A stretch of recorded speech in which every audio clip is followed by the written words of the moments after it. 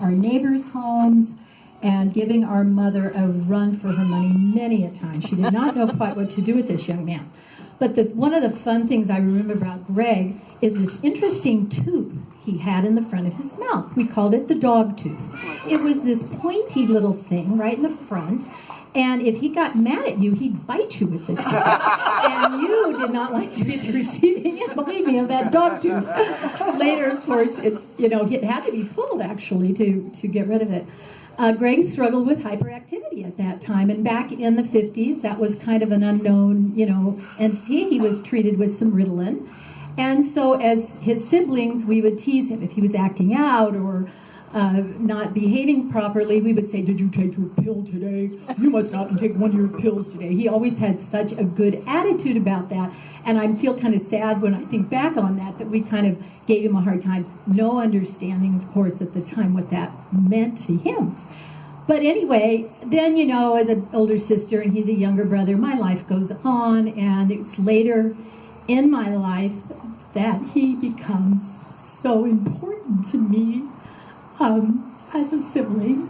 He moves down here, and he's very close to my mother, who lives right around the corner up until a couple of years ago when she passed away. And it was wonderful how she could always call on him. He was her rock.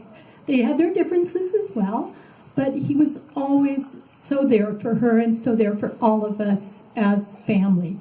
As Dave pointed out, he loved the family gatherings, and one of my very fondest memories was our trip to Scotland to celebrate Sue's 50th when our other sister Lori was dying, and it was a very difficult trip for all of us. But I will never forget all of us at the Royal and Ancient Golf Club.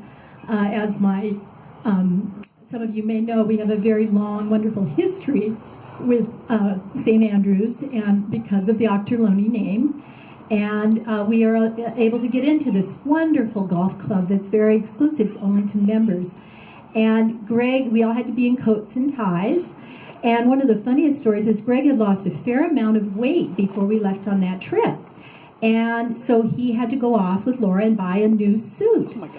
And evidently, when he went to pack for the trip, he grabbed his suit for his larger body. Oh, no. And so when we get over there, he's got the wrong suit. It's swimming on him. So we go to the Royal and Ancient Golf Club, and he's sitting in there like he owns the place. And there's a picture of him sitting right here on the little memorial table. We called him the chairman. He looked just like Winston Churchill sitting there. It was so funny. Anyway, just kind of lounged back, polished off all the water in the water cooler, just, right at home at the Royal and Ancient Golf Club. It was a wonderful, wonderful memory we had of Greg. The second wonderful memory I always have with him is the family camping trips. Were just so much fun with Greg because he loved to cook his bacon. And I'm talking about 10 pounds of bacon for breakfast every morning. And so he'd be there for a long period of time. He'd get up very early, put on his jailhouse brew coffee. So we always could show up knowing we'd have a cup of coffee of Greg's special jailhouse brew. For any of you who like coffee, you would have always loved that. Anyway, the most wonderful, though, that memory I have of him is when Mother was dying, and he was, after my mother passed, he was... My husband, Don, who was the trustee of the estate, he was Don's right-hand man. He could not have been more gracious. Don, all had to do was pick up the phone and call, and Greg was there. He watched the home. He made sure the contractors did what they were doing. He was very watchful. He was very mindful. And he just couldn't have been, because we lived over in Orange County, so it wasn't always easy to get over here. We always could count on him. That was just who Greg was. He was such a kind heart. And it was during that time that we just became extremely close. So anyways, my tribute to my brother, I found this. I wish I had been able to compose this, but I didn't. I just find this today, and I thought it was very much says how I feel about my brother.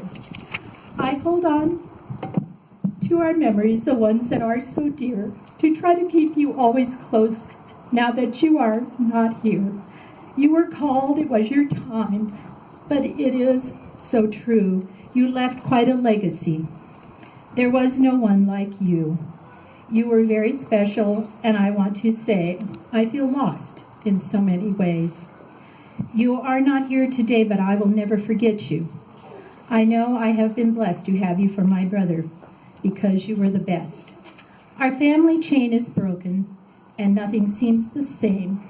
But as God calls us one by one, the chain will link again. Bless to all of you, the family, and to Laura, to Brandon, to Dylan, to all of the family, and to Christina, everybody who loved our brother so dearly. He's going to be sorely missed, but I take great comfort in knowing that he's in heaven. And if you believe in life after death, that you know there will be a time when we'll all see each other again. And I think of him up there with Mom, who ordered this beautiful day for us, and everybody who's gone before us. Thank you.